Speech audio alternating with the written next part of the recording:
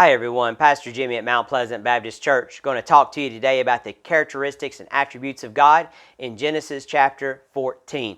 So go ahead, take your Bible, pause the video, turn to Genesis chapter 14, read Genesis chapter 14, and then come back and join me as we look at the characteristics and attributes of God that we can find in this chapter.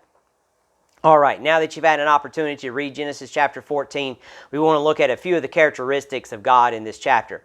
The first thing we want to see is the trouble that Lot has gotten into. So Abram's nephew Lot has moved closer to Sodom, and when some kings come in and they take over and they take everything and all the captives out of Sodom, Lot is part of that because he's living so close and is part of the world there.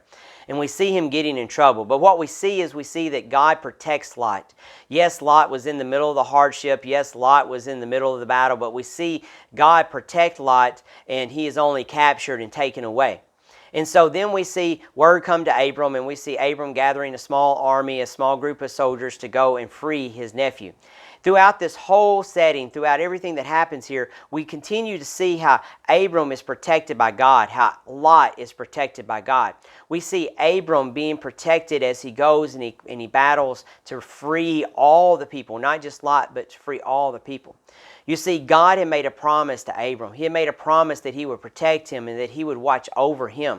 And so we see here as Abram goes and he frees Lot, he frees the king, and he gets back all the belongings, we see God's hand of protection over Abram, and we see God's hand of protection over Lot. Even though we don't actively see this in the book, we don't actively see God doing miracles and performing miracles, we can be guaranteed that God is actively protecting him. We can know that today God is watching over us and that God is a protector for us as well. Now, if you notice in this, God did not take them out of the trouble. God did not take them out of the fire, so to say. God left them. Lot was captured. Abram still had to go to battle. He still had to fight, but he was a protector. I think a lot of times in our lives we want to look at God and we want to say, God, how come you're not protecting me whenever we're in the middle of things? And what we need to understand is even when we're in the middle of things, God is still protecting us and God is still watching over us. So the first attribute we see today is God being the protector. So after Abram freed the kings, after Abram freed Lot, got all their possessions back, as they come back, as they get back, we're introduced to Melchizedek here. He is a high priest or priest of God that we see here in Genesis. And we see him coming out to Abram, and we see him coming out to remind Abram of where the victory was won. We see him reminding Abram of where the battle was truly won. We see him coming and reminding Abram that the victory came from God and that all is due back to God. You see, a lot of times in our lives, whenever there are great things that happen, we need a reminder that those things happen because of God. We need a reminder to let us know that things are happening because of what God has done in our life. That's what Melchizedek did with Abram. He reminded him that your victory, all that you have, all your possessions, it all comes from God. And so we see that God is one who reminds us of what he has done for us. He does it so that we can give him glory and so that we won't be boastful in our own lives. Next, we see that Melchizedek gives God the tithes, and Abram gives God tithes. We see a God that is worthy of our tithes.